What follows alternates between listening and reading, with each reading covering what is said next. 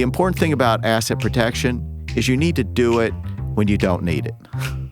And that sounds contradictory, but that's when you need to do it. You need to do it when it's not clear to you that there are judgments coming down the road. You do not know of something that's about to happen. So it's not you engaging in activity that's intended to rip off a particular creditor or a particular class of creditors that you know are coming down the road after you. Life's Third Act is a podcast dedicated to helping you get the most out of your retirement. Sponsored by Tucker Allen, here's Attorney-CPA Joe Cordell. Welcome to another episode of Life's Third Act. I'm flying solo today, but I think the topic that I'm going to talk about is one that at least some of you will find very interesting, and that's the subject of asset protection. Now, that phrase is used a lot very loosely, so maybe some people use it in many different ways, but the way it's generally understood is that asset protection relates to how do I protect the property that I've accumulated from lawsuits of various types, whether it's personal injury lawyers, whether it's even legitimate creditors, that perhaps you engage in a business where it's risky and you're concerned that you could lose your personal assets if things go south in your business. So there are various threats. We know that we live in a world that's fraught with threats of various sorts to us financially, legal and illegal threats. So asset protection is a valid concern. But I want to talk to you about what the rules are governing asset protection and identify some of the common tools that are used, some from the most exotic to more simple things with which you're already even at least somewhat familiar. So I've introduced kind of the topic of asset protection. Let me say some things that are typically excluded from that discussion. And that's taxes are typically something that you don't insulate your property from the legitimate tax collector. Now, remember, this is not tax planning. Of course, you can plan to owe fewer taxes. I'm not talking about that. I'm talking about people who think I can have asset protection so that the IRS cannot get to any of my assets.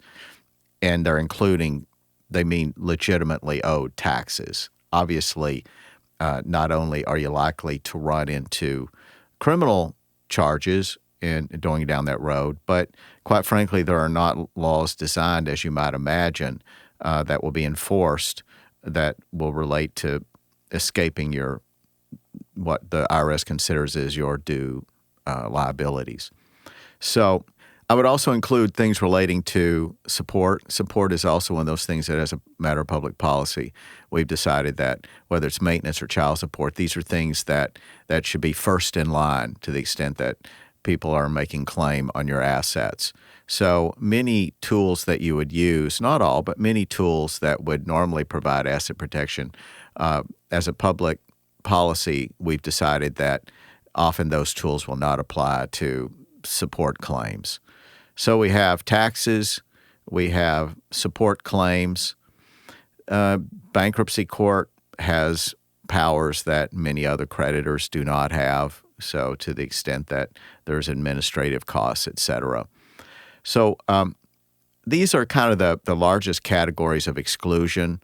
I'm sure that there are some other creditors that stand in a special position, maybe student loans, depending on the tool we're talking about to provide protection. Some may not withstand that sort of threat. But if you think about it, that's not too much of a disincentive to think about asset protection. If you think, okay, legitimately owed taxes, I'm going to have to pay that. I should plan to pay that whatever strategy I develop. If you say, if I owe support for children, spouse also, if you say resign yourself to say, yeah, I would pay that anyway, or I understand that to the extent I have such a thing, then I will pay those as well. So the other matter, student loans, you may not have those as we're having this conversation. I'm assuming many of you are much further in your career. But there aren't a lot of restraints, in my opinion. If you say that the universe of potential creditors out there is available except for those for protection, then I think that's a pretty good thing. So let me identify, though, some of the things, the tools that you may not acknowledge that already exist are ready at hand to use for these purposes. One is there are homestead exemptions in virtually all the states. Now, some states it's far less exciting than others. Missouri is not very exciting. $15,000. I think the last I looked, it was $15,000, which it changes and that it's gone up. I remember when I first started practicing law, I think it was about $4,000. So it's not a meaningful help when you're looking for protection from creditors. So homestead exemptions can be powerful. So some people will choose to have a home, their primary home, in a place such as Florida.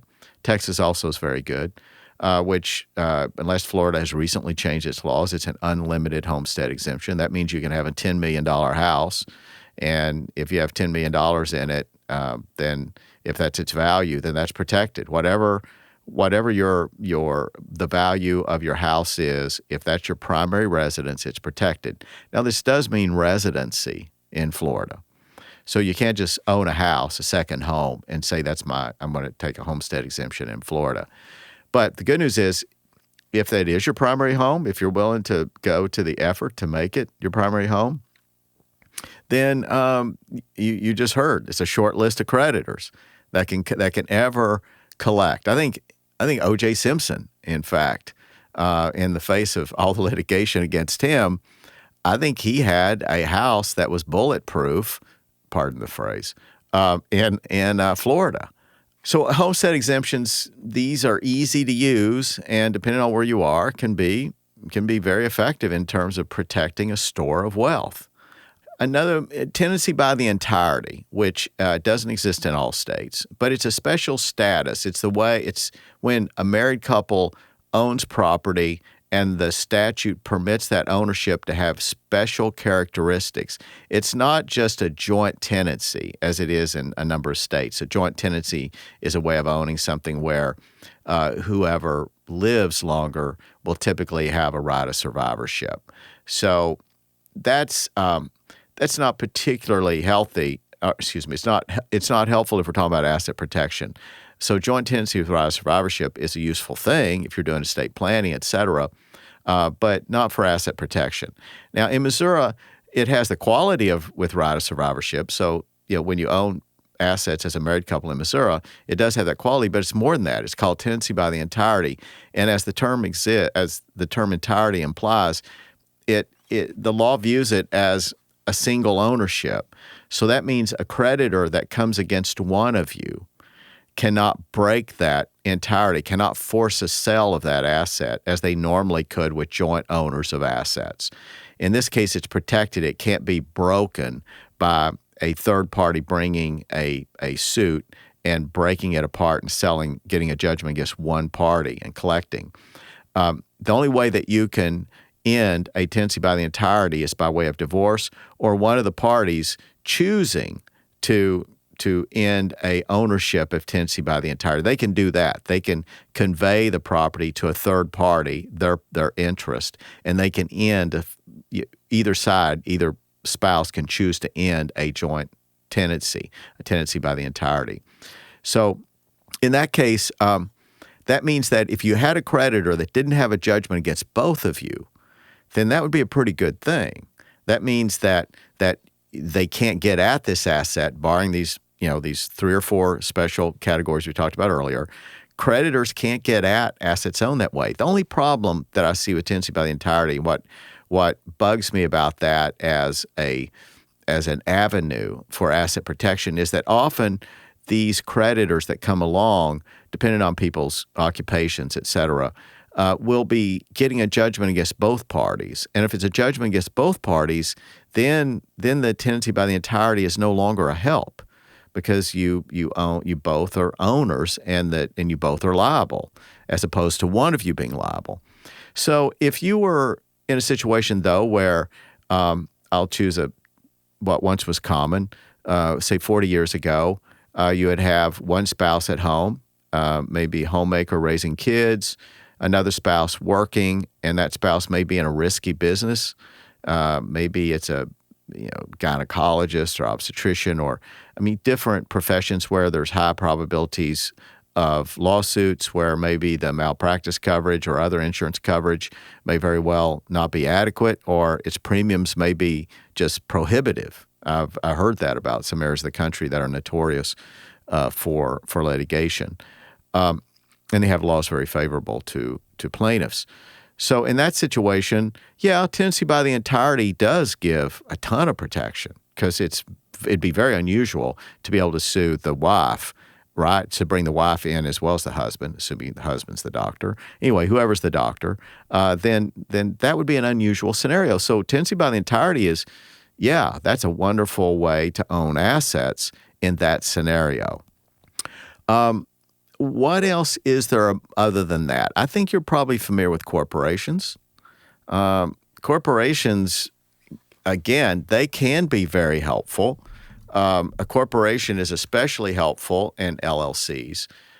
They're especially helpful whenever the risk arises within the entity. So let's say that you think all of the litigation that's likely to come your way is going to relate to something that is within the business. We'll call it within the box. So the box is what we'll call the corporation. So the wonderful thing about corporations and similar entities in terms of protecting you is you can take risks that emanate from the box and keep them in the box. So let's say the liability you own a restaurant. The restaurant is incorporated, and there's a injury in your restaurant. They'll sue you or the corporate entity, and when they get a judgment, then that judgment applies to everything in the box. So, what's in the box is at risk. So if all your value is within the entity, then I guess that may not be very satisfying that you can lose, what would be 90% of your net worth because it's within the entity. Now, if you own a bunch of different corporations, different locations are often separately incorporated. That's often what real estate investors do, is they all have each one of their properties in a different LLC. But remember, keep in mind that what's being accomplished with entities like that is you're really confining the liability to that container. And if you have a lot of wealth outside that container, then that's pretty satisfying. So that's good news. That corporations, obviously lawyers are big advocates of corporations and LLCs, things that limit the liability to the entity, and then the entity owns it. But again, if all your wealth is within that box, then it's a hollow victory that you've limited your liability to the box because all your wealth is in it. And that's often the case with a family business. But again, you can break those into pieces often. You can have, if you have different locations. So there are ways that even within the box you can create subcontainers that will contain the liability. So corporations are wonderful for that purpose. But what about the extent to which you have liabilities beyond that? What about the extent to which you have, much of your wealth is spread around and it's not of the nature of a particular business? Then it does become less effective for you. Another thing to keep in mind about corporations is that depending on the activity you're involved in, if you're involved in personal services, often a personal service corporation, for example, will not limit the extent of the liability. So there are special categories, I'll say, of occupations in which the law simply does not permit you to have a corporation to confine your liability or a corporate entity of some sort. A good example is lawyers. Lawyers, it's a personal service. It's one that it's just a fact that we deal with, that even though we form a personal service corporation of various forms, often they're partnerships though, but they're limited liability partnerships, et cetera.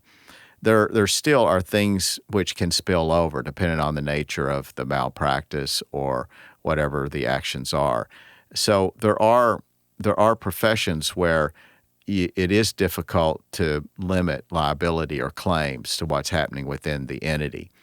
But also, as to all of them will apply, the exception related to willfulness or sometimes it'll go so far as reckless indifference, phrases such as that. Certainly anything that is intentional will almost always pierce the container.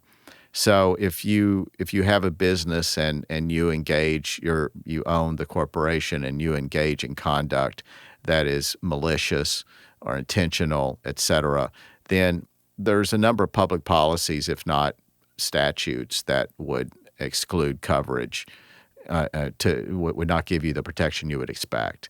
So I don't think we need to worry about that. I'm going to assume that you and we are clear on that we understand that if we engage in certain intentional malfeasance or conduct, that the law is not likely to give us much protection. But as to other things where, incidentally, you could be a business owner and you acted in good faith and you had an employee who did something willful, that your corporation will probably give you protection. The employee engaged in an act which you did not authorize, you did not approve, it was contrary to their job description. If you own a company and you have thousands of employees, then it's going to happen sooner or later. That's going to stay within the corporation. I mean, barring some odd fact or circumstance that I can't imagine as I sit here. So the law does recognize that when you have a lot of employees, you can't be fully responsible for all those employees. And if you have policies in place and you're doing the things you can do to minimize, the wrongs or the damage that these people would wrought, or the probability that they would do such things intentionally, then the law is willing to give you the protection. So corporations can be a wonderful thing, subject to the things that I've just mentioned. We can talk more about that, but I want to get on and talk about the things that the many of you who have concerns about liabilities that don't simply arise from a business activity, but you're concerned about your assets more generally. And that's that, to the extent that you have assets in this world, then you're a target. And that's a fact, and especially in America where there's a lot of litigation. So the trust exists, which I'm sure you're familiar with the concept of a trust. I'll take just a few minutes and tell you what a trust is. A trust is where you essentially transfer an asset to a third person, and you tell them that they're holding that asset. They have legal title to the asset, but they don't have what the law calls equitable title, meaning that you have a naked legal title, but the benefits are to be owned by someone else, and that's called equitable title. Sorry to confuse you, but with a trust breaks those two in half. Your trustee that will manage and legally own this asset as a trustee for whoever the beneficiaries are, purely for their benefit, their enjoyment, their benefit. It's entirely for the beneficiary, not for the trustee. So there aren't a lot of players in this picture. You have what we'll call the settlor. That's just the person who creates the trust. Maybe call it you. Now, can you name yourself trustee initially? Yeah, you can. Revocable trusts commonly do that. And at the risk of completely confusing it, you can name yourself also beneficiary initially. So you may say, why would I do that? Well, you're doing it because you know these are going to come apart over time. Over time, you'll become incompetent, and the role of the trustee will migrate from you to who you've named on the list. You've named a successor to a next trustee, so it'll automatically go out of you because you're incompetent now into the hands or the authority of another person. But the beneficiary will stay the same, which is you. So then you die, and at that point, that role moves too. It moves to whoever you've named to be the next level of beneficiaries. And so you can see why a trust, when it comes apart and these roles become independent, then yeah, it's a hugely important thing. But what confuses people is when they create a trust and all three roles are sitting in the same person. So they're saying, what's changed? Well, you've set the stage for a lot of change. It's just not happened in a visible way that the world can see. But the fact is there is a trust, there is a trustee, and there is a beneficiary. So if you take that idea and you say, well, how does that end up being asset protection? Asset protection is not a controversial thing to the extent that it's a trust that a third party created. So let's not have you anymore as the trustee, as the settlor or the trustee. But let's say that somebody you know, maybe your parents, created a trust and they named a trustee, call it their lawyer, and you are the beneficiary. And they create this trust and they die. So you have a trust that's being run by this lawyer. You're the beneficiary, maybe you and your siblings. And if your parents were very smart, as I'm sure they would have been, then they had a provision saying that this is what's called a spendthrift trust. Now, that term I don't like because it suggests they think that their kids are going to be spendthrifts. That's not the purpose. It's merely saying we want asset protection for our children. So they call it spendthrift trust. So your parents created a trust in which they gave the trustee the authority to not pay anything that they didn't want to pay that you owed. So the trustee can choose to not give money to you if there's a lawsuit coming against you. They can choose to give money only to you and be forbidden to pay any of your debts. So it's well accepted that you can insulate people you love by creating a trust for their benefit. But you notice what changed in these two examples. It's no longer you as the settlor getting this benefit. It's you, it's called a third-party trust, but it's you as a beneficiary getting this benefit, but you weren't the settlor. And to the law, that makes a big difference. And if you think about it, you understand why.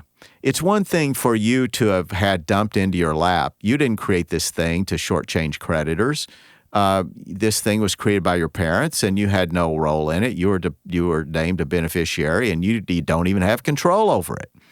And that's important. You don't have control over it. It's another person. It's a trustee. So is the law willing to say that your parents could create a trust that your creditors couldn't get to your interest? Well, the law is saying, well, yeah, it wasn't you being devious and underhanded, and we can't even accuse your parents of being devious and underhanded, right? So now let's go back to that first example. You're the settlor yourself. You're creating the trust. You're naming yourself beneficiary. And let's say, though, you're wanting to be really conscientious here, so you name a third party as a trustee. So you create the trust, you're the beneficiary, you get the benefits, but it's not you managing the money, you having control. You pass that over to a trustee. It's out of your hands. You no longer have control of it. Some states have trouble with that idea. And I can tell you historically, all states have grappled with that. And it's a controversial subject because it's where somebody creates their own trust, albeit they transfer control to a trustee, but you wrote the rules. The rules weren't imposed by your parents, and you simply get contacted by a trustee and says, I have something here I'm going to send you in the mail when I feel like it, money, assets, but you don't have control of it. All states are comfortable with that.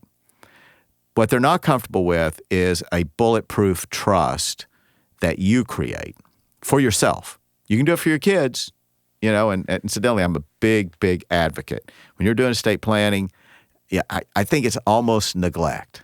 That's a harsh word. But anyway, it's a failure on the part of parents to be truly diligent in transmitting the fruits of their labor over a lifetime to their children in a package that will give them so much more benefit than they could give themselves.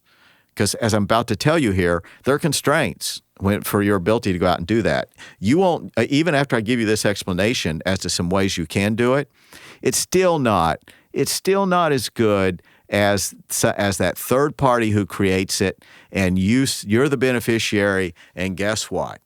You are not liable for any of your debts that the rules of the trust don't permit to be paid. So it's a marvelous thing. Subject, incidentally, remember this precious category I told you about a while ago. If you have taxes due, there's no bulletproof trust regarding taxes. You can be sure that didn't come from Washington. Similar thing regarding support. That public policy doesn't want you using trust, or your parents, for that matter, using trust to avoid support obligations. So there are a few limited exceptions, but beyond these limited exceptions, this is a pretty good tool. So I think I made my point to you, the importance of creating trust for your kids, and don't just dump it in their lap when you pass away. You can do so much better because you've not given it to them as well as you can, giving them all the fruits that they could otherwise have by dumping it in their lap. Even if they're brilliant kids, even if they're graduates of Wharton MBA programs, they can't create for themselves what you can create for them for the reasons I just described. But let's go back to your doing asset protection for you and your spouse. You can create an asset protection trust, a domestic asset protection trust, in some states more effectively than others. Some states have decided that, it's a good idea to have liberal, I'll use the word liberal rules regarding allowing a settlor, you, to go and create your own asset protection trust for you. There are a number of states that decided that that's good business. It brings people and assets into the state, and it's a wise policy to have. And there are a number of articles that have been written about the philosophy underlying this as a public policy. Is it good? Is it bad? Does it encourage bad behavior? And some commentators, that I've read have various views on this. But of course, among the best arguments are those who point out that, look, we already acknowledge asset protection in the forms I already described to you, today in this discussion. I've told you 2 or 3 tools that are commonly used. We recognize them as insulating or inoculating sort of people from creditors of various sorts. This isn't a foreign concept. We're just saying that when we want people, when they form such an entity, to do it with the sort of checklist that we want and with the exceptions that we want. So South Dakota, Alaska, Delaware is really good.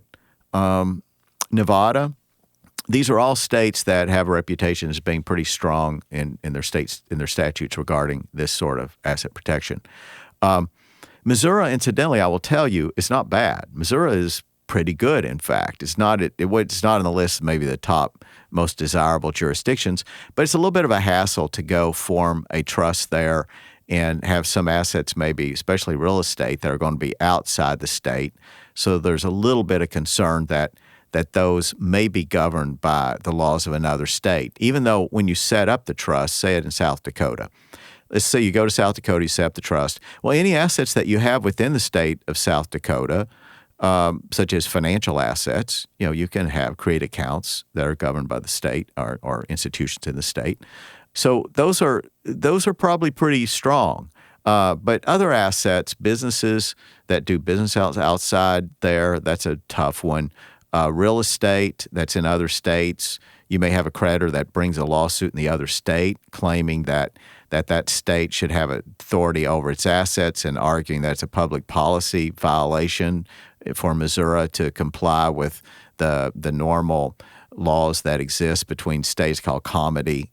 Not comedy. It may end up as comedy, but it's COMITY. So states, for the most part, try to defer to other states' laws, and yet every state has the exception that if it's a law that relates to something of fundamental importance of a particular state, and this might be such a law, then that state can choose to not acknowledge it. So there aren't many cases that tell us yet about that, but yes, it's not at all unreasonable to think about creating a domestic asset protection trust in a state such as Delaware. But Missouri is not bad, and I'll give you in the next little bit. How much time do we have here? We're at 30. We're sitting at about 30 minutes right now. Okay, so I'll take about another 9 minutes or so. And here are the characteristics you need to think about if you're thinking about a domestic asset protection trust versus an overseas trust. I think that you have to understand that whenever you create the trust, It's got to be a trust over which you do not continue having control. I can tell you that, and this should make sense to you, many of these things that I've told you today are things that your common sense would say, I don't believe that courts would permit that, or I don't believe that legislatures would permit that, or I don't believe that that's a good social policy.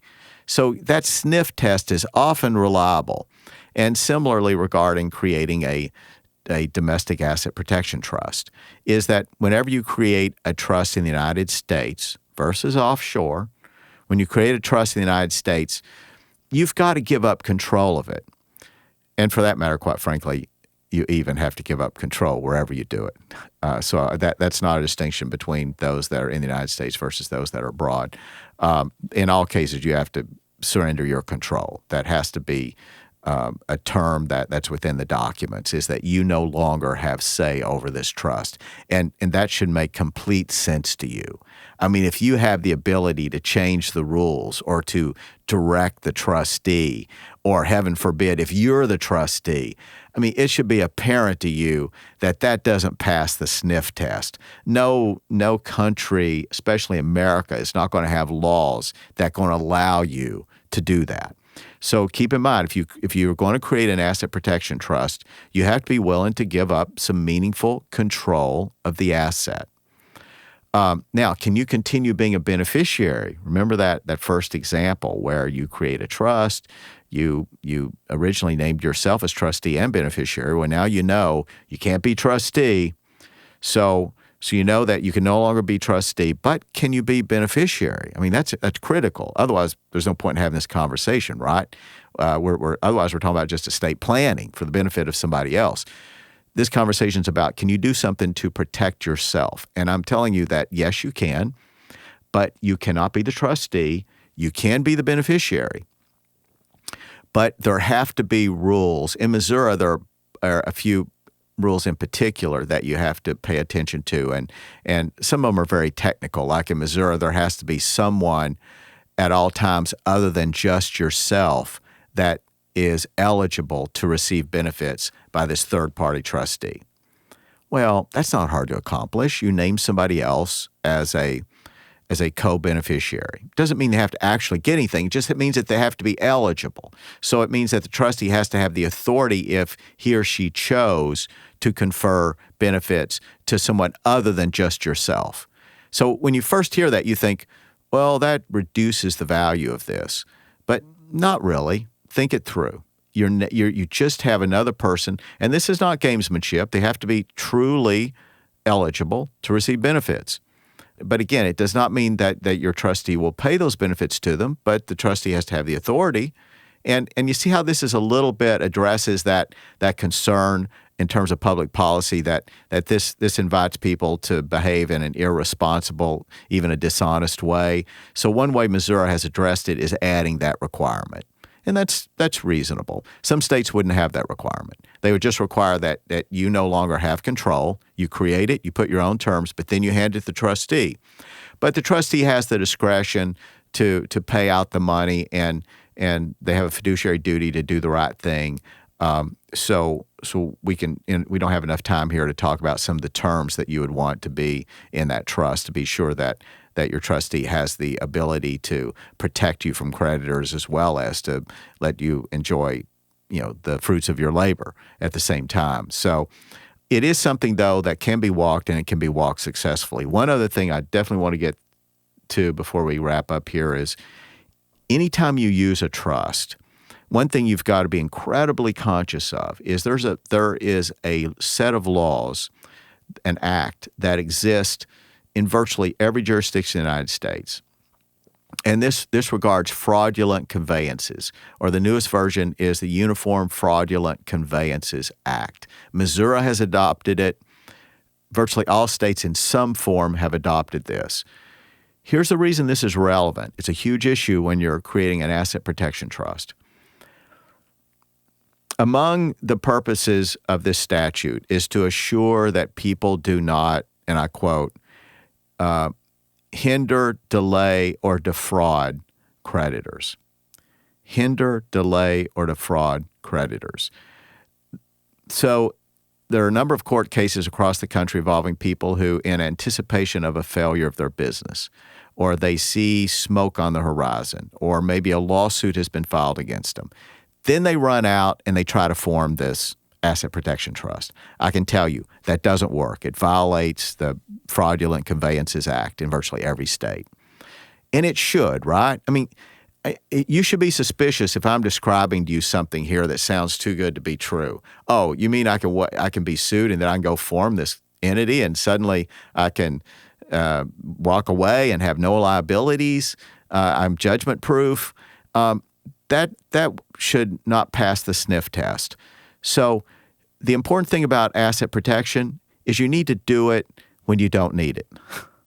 And that sounds contradictory, but that's when you need to do it. You need to do it when it's not clear to you that there are judgments coming down the road. You do not know of something that's about to happen. So it's not you engaging in activity that's intended to rip off a particular creditor or a particular class of creditors that you know are coming down the road after you. So whenever you see litigation trying to overcome an asset protection trust, it often regards that allegation. It says this person knew about me. It doesn't mean that you have to that if you suspect any lawsuit in a particular business or profession, then suddenly it's a fraudulent conveyance. No, that's not what the law is. The law is if you know of anything in particular, then you're vulnerable on that one. Another thing is that courts are there are a few cases where courts have overruled an asset protection trust because what somebody did was they essentially impoverished themselves so that they knew that they were creating a situation where they couldn't pay their existing creditors. So let's say that you have $10 million and your ongoing costs of your living or maybe ongoing costs associated with routine expenses of a business may be $1 million a month or more. Then if you take everything you own suddenly and put it inside an asset protection trust, then that's pretty much the same thing, isn't it, as what I was describing a while ago, being conscious of creditors, running from a particular creditor or group of creditors. Well, when you know that you've impoverished yourself so that there are definitely going to be expenses coming along that you can't pay, and you knew that, then there's a good chance that trust will get turned over, meaning that the court will pierce it and it won't provide the protection. But short of that, where you leave some assets outside your trust, you don't put 100% of what you own in the trust. But I mean, that's kind of the whole idea. I mean, even if you could, I bet you wouldn't, because you're living with some constraints. We won't get into them today, but when you put assets into an irrevocable trust, I don't know that I used that word up to this point in this show. I should have used it earlier on. This, just to be clear, this is an irrevocable trust. Whenever we're talking about asset protection, there's no asset protection for revocable trusts. And again, doesn't that make sense?